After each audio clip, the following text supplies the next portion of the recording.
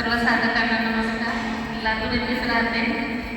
खरं तर मला एक शिबिराची माहिती माझ्या मैत्रिणीने दिली होती पुण्याच्या. तिने 2 वर्षापूर्वी केलेलं होतं. मला सर्व साहित्य आणि पुस्तकं सगळंच तिने पाठवून दिलेलं होतं. मी एनिमा पण घ्यायच्या आधीमध्ये पण बाकीचा आहार मी करत नव्हते.